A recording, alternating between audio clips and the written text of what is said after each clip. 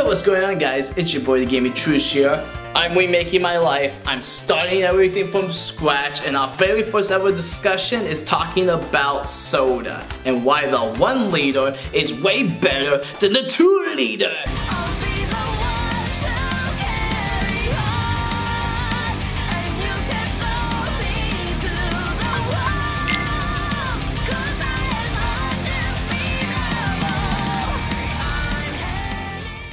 In the world of media, the art of remaking is a very delicate task. Remaking something that someone loves can be a very daunting task, because if you mess it up a little too much, you'll get the Last Airbender movie from 2010. Now, there is a difference between remakes and remasters. A remaster is like the new Epic Mickey remaster that just got announced at last week's Nintendo Direct, and a remake is the stuff I'm going to be talking about today. From the ground up, reimagining the characters, the gameplay, the story, just basically everything that basically made the original great, and refinishing it, remaking it, maybe changing the genre, maybe even doing something a little bit different, but still keeping the same energy as the original products. And these are my favorite remakes. So get your bottle of Dr. Pepper out, and we're going to be talking about my personal top 5 favorite remakes.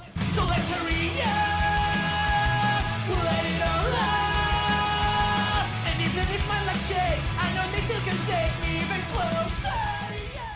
Super Mario Bros. Actually never really had a remake per se. I don't know if you count the new Super Mario Bros. Games as remakes, I don't really, and I don't know if you count Mario RPG as a remake of Mario RPG Legend of the 7 Stars. But again, I kinda don't really count that one. That one's way more of a remaster than a remake.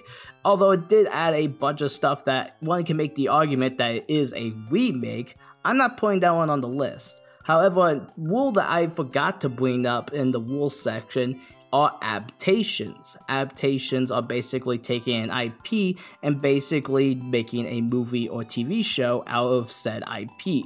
And today's adaptation is the Super Mario Bros. Movie from 2023.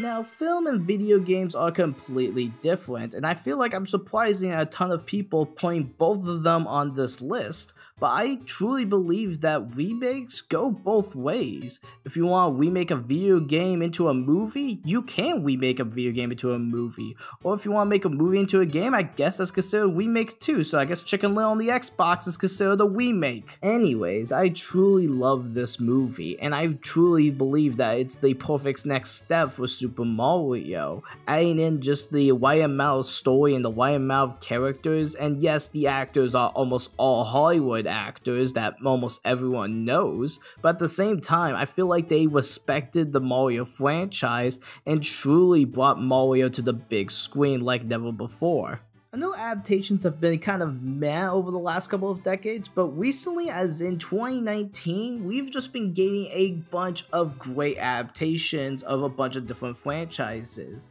And in my opinion, an adaptation is just a remake, but for film. So let's hurry up, let it all out, and even if my luck shake, I know they still can take me even closer. I think some of you are thinking that I am stretching the definition of what a remake is, but in all honesty, when you punch above the competition, you basically are like rubber at that point. You just go with the flow. For those that are unfamiliar, One Piece is one of the most prolific and greatest animes out there at the moment. Starting off as a manga series in 1998, the anime has been going on since 1999 and it shows no sign of stopping. In 2023, in a crazy turn of events, the live-action One Piece shocked everyone because it's finally a live-action anime done correctly. Following up until Along Park, which is the first 100 volumes of the manga, this adaptation nails everything perfect for what I wanted out of a live-action adaptation, or just a remake in a sense. Basically taking the original story and twisting it a little bit to add a little bit of different seasoning in there that will make Sanji smile. The original creator and mangaka Oda put his hand into the entire project, from the biggest set piece to the smallest details, and even the casting. It was all thanks to him, and basically launched a whole crew of actors into the limelight for the very first time. It really reminds me of the very first ever Star Wars movie, on how that movie blew up and all these other actors just started appearing as everywhere. And if you're looking for something a little bit longer to watch, these types of episodes range from an hour to almost 2 hours long of content. And I feel like every single second is worth it. The actors put in so much work. The set pieces and special effects are some of the best I've ever seen in modern day Hollywood. And it's truly one of the greatest shows I think I've ever watched that came out of Netflix. Well, aside from Sonic Prime. Give me back my passport! Why do you want to go to Mexico? I just love Latinas, Sonic. What? Adios, amigo. So let's hurry up, let it all out. And even if my luck shake, I know they still can take me even closer. This is the reason why I decided to put adaptations and remakes all into the same list, because without this movie right here, I probably wouldn't put the other movies on this list. But with that being said, ready, go! The Sonic Cinematic Universe movies is the reason why I think remakes and adaptations are one and the same. These two things go hand in hand, and I truly believe that without these movies, we may not have gotten a great One Piece live action or a Mario movie that is as good as it is.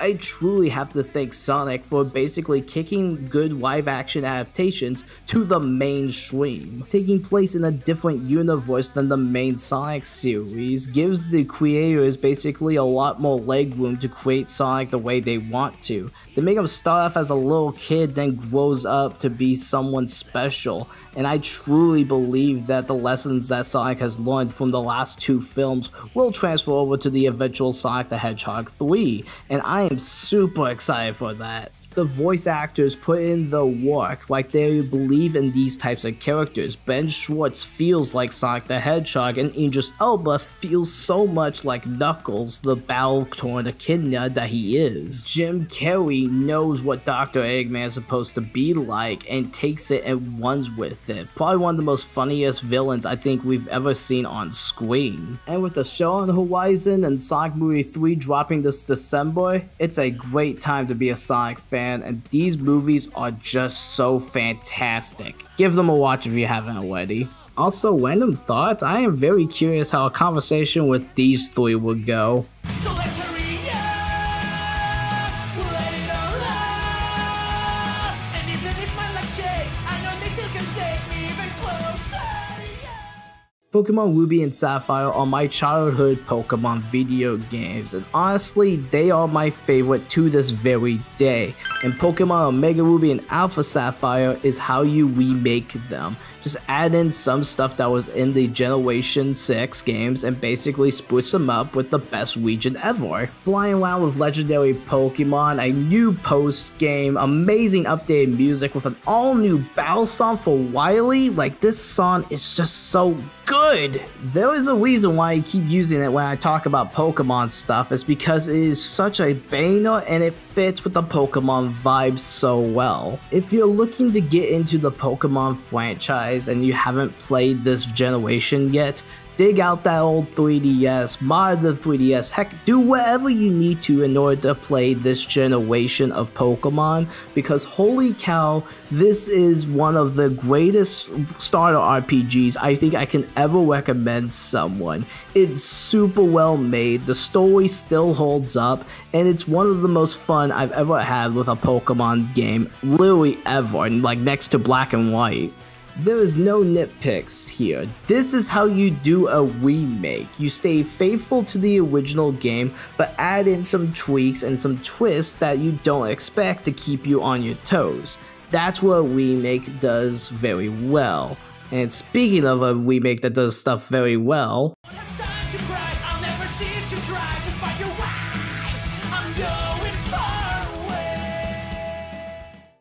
When we're talking about remaking one of the greatest video games known to mankind, that weight is daunting. But you know what? The creators of the Final Fantasy VII Remake knew what the task was and knew how to achieve it by adding in their own type of spin, to adding in a new type of story to the already pre-existing story, adding in character moments that actually matter, and above all else, made the game fun. Final Fantasy VII was never a game I always thought was bad or anything like that, just a little slow, but changing the genre to more of a hack and slash RPG, this game just basically clicks my every single buttons and basically makes it one of my favorite RPGs right now. This game is almost at the level of Kingdom Hearts 3 to me. This game is almost at the level of Sonic Adventure 2 to me. It's almost at the same level as some of my favorite video games of all time. I've recently beaten this game, and it's one of the sole reasons why I wanted to make this video as quickly as I can, was because this video right here, this game right here, this media experience right here is one of my favorite games I think I've ever played in my entire life. It got me teary-eyed at the end of the game, knowing that there is still much to uncover with this new direction of the story. It's not just a remake of the PlayStation 1 title, they're doing so much other stuff to it that I couldn't ask for anything more. It takes the original game's soul and decides to put it into a completely new experience, and I feel like if I talk about it more so, I'm going to spoil the surprises that it has. Please, for the love of everything that is holy, buy this game on either PC, PS4, or PS5, and get the remake, that part 2 that's actually dropping next week at the time of this video's recording. Can you tell it's late at night right now? Remaking stuff can be tricky. You don't want to mess up something so badly that it literally destroys an entire franchise, and you don't want to make the same thing over and over and over again. You gotta hit that right balance by adding in just that little seasoning that makes the experience better, like you were re-experiencing it for the very first time. And that's why remakes are really good and really important. But for me, I want to go back downstairs because it's sweating so much up here. Why did I decide to remake my life? Special thanks to Cat Chat for sponsoring me on Patreon. If you want your name at the end of the credits, link is in the description down below to my Patreon.